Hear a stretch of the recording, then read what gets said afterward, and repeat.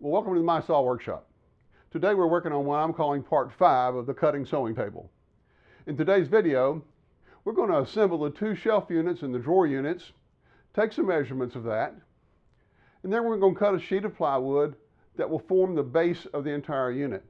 We're going to add some trim to that. We're going to look at the design of how the trim fits around the bottom and how the wheels will be connected. So let's get started on that.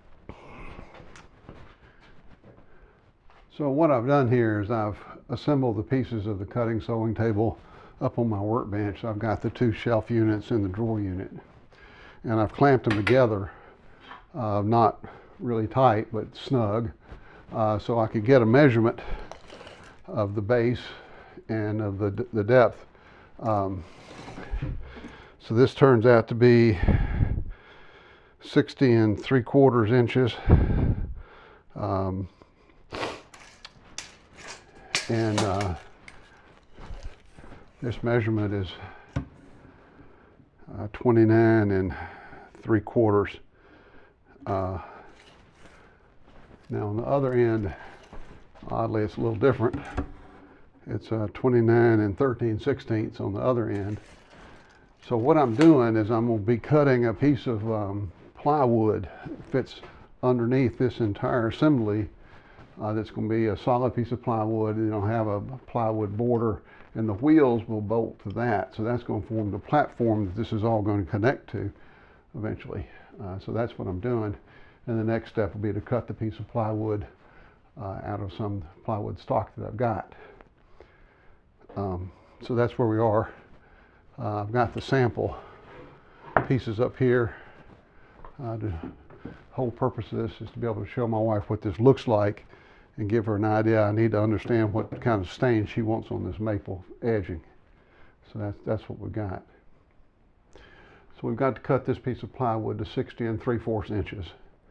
This is going to be a little difficult. I don't have precise cross-cutting saws for this type of work, so we'll see. We'll do the best we can do. I'm going to change the blade on my crosscut saw here, on my skill type saw, to this. It's an Oldham. I have no idea what it is. I had it in the drawer. It's a 60-tooth blade. It's brand new. It's never been used. So I think I'll get the best cut I can possibly get with that. So we're going to change the blade on this. There's a blade lock here on the saw. There we go. This uses an Allen wrench, which is kind of nice.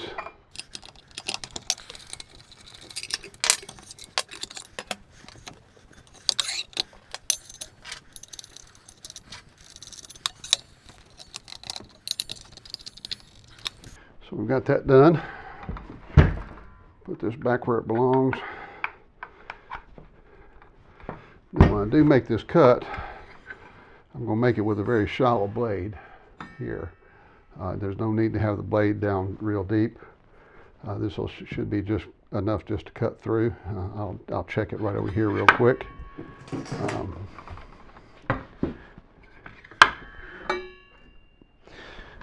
Need a little deeper.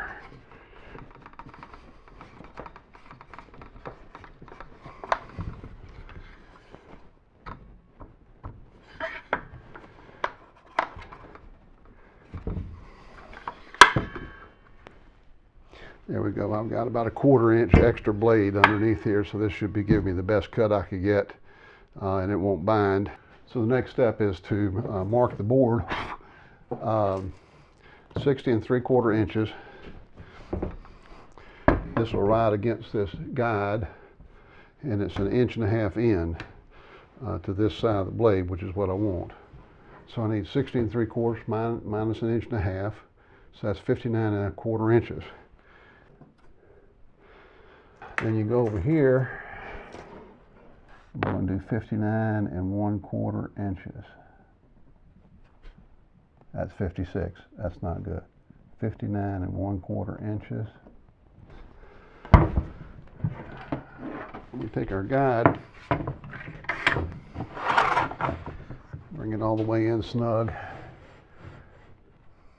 I'm splitting the mark, splitting the pencil mark on both sides, and these guides have a couple of clicks in them, so they hold real tight, and they do real well. One of the things I've done in my shop is to make it easy to do stuff.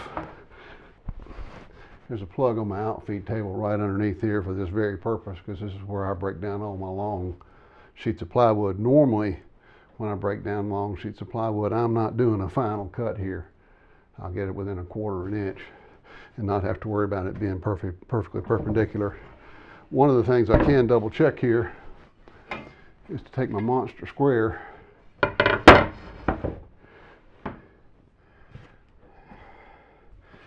according to that, that's perfect. I'm hitting exactly right on.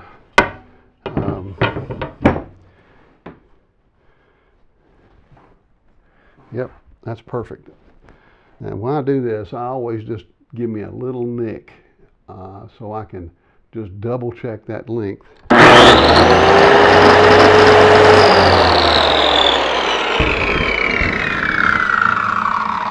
I've got just a nick in the board. It won't be perfect, but that's right on 60 3/4. So that's exactly what I want. I've got a support under here, so I can put my hand right here and I can keep the board real steady. So here we go.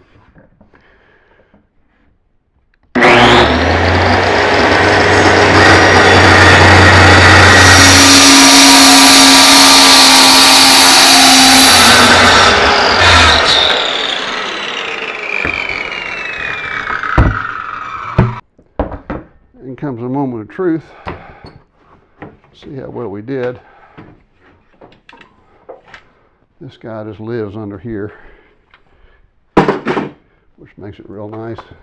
I will tell you that this is one of the messiest operations in my shop.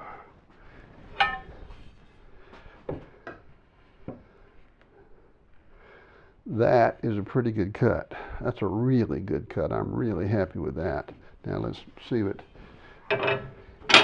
measures out lengthwise on both sides.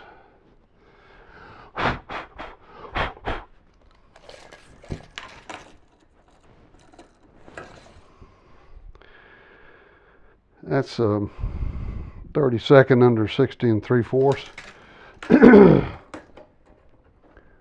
And that's a 32nd under 60 3/4. That's going to work really, really nicely. So now I've got to take this and rip it to 29 13/16. So I've got a 30 1/4 inch board here, so we'll be able to do that. So let's go on to the next step. So I'm getting ready to cut this piece of plywood. It's 30 inches wide, 60 inches long, about 5 feet. Turned on the cyclone, turned on the overhead blower. You can hear those cycling up.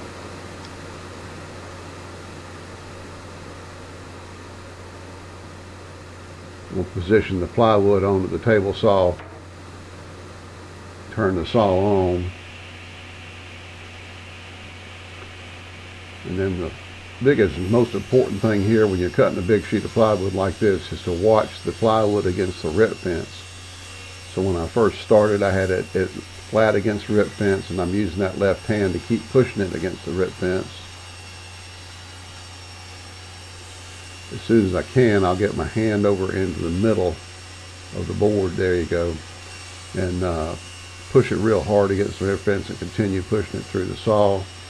Grab my gripper, a little better control, and just slowly push it through the saw, always having control of it. Have an outfeed table that'll catch it for me.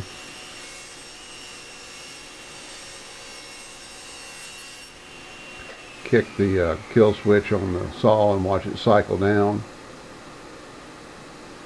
Roll the blade down, get it clear of the piece of plywood so I can manage the piece of plywood. Pull it back. Take the scrap, get rid of the scrap. Got a trash can always over there by the table saw. And there we've got it. Got a piece of plywood cut, 30 by 60. Went real well. I'm real pleased with the cut. So the next step is to actually put this plywood underneath. There's the plywood right here. Let's put this plywood underneath all this. So I'm gonna have to take it apart and figure out a way to get the plywood underneath it. So we're gonna be doing that.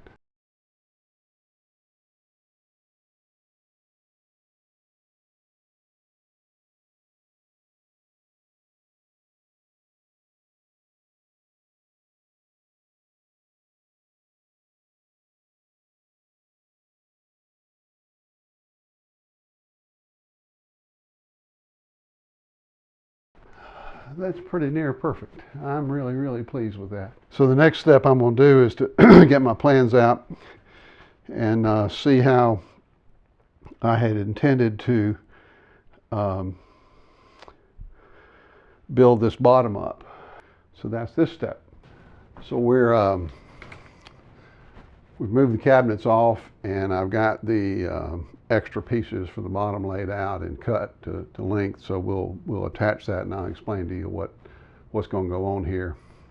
So basically, we've got the approximately 60 by 30 inch piece of plywood on the workbench here, and I've got some edging around it that's about 2.5 inches wide on the long edge, and I've cut those to length, and I've cut them slightly longer. I'm going to use my follower trim bit to actually trim all this down based on the edges of the cabinet so they'll be perfect. So the way this is going to work here is that we've got the corner, and I've got a piece clamped into here that simulates the cabinet that's going to be sitting on top of it. So the base itself is a layer of plywood, and then these strips that I've added to give it thickness and to give me some edge here to put the siding, to put the trim on, and then this simulates the cabinet. So what's going to happen is we've got a piece of trim that's maple, the same maple being used in all the cabinet, and it will sit flush and cover the bottom of the cabinet up here. Remember, this is the piece of the cabinet that I've just got clamped in here. So this is going to cover that, and the cabinet's going to sit inside that, and then I've got a little bit of a lip here on the top, and then the wheel comes in, and it'll be clamped about right there. So when it turns, its brake will hang out on the edge there, and it also, you've got the same thing over here, and we'll position that so that we can do that very easily. So that's the construction of it. So I've got everything cut to length, and now it's just a matter of gluing and using the staple gun to put this in position. I'm feeling the edge here, and we're going to make sure that we've got just a hair over, and I'm going to use a follower bit to trim all that, as I said before. So let's just go to work here and do that.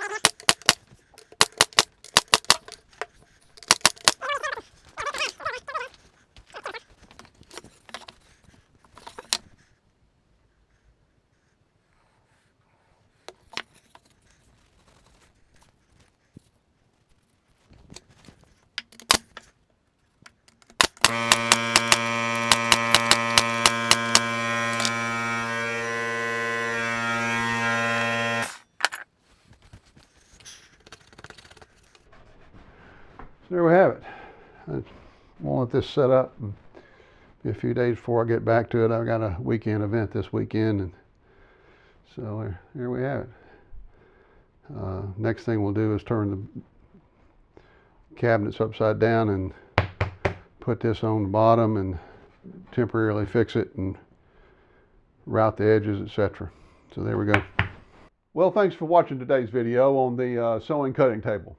We do have some more work to do.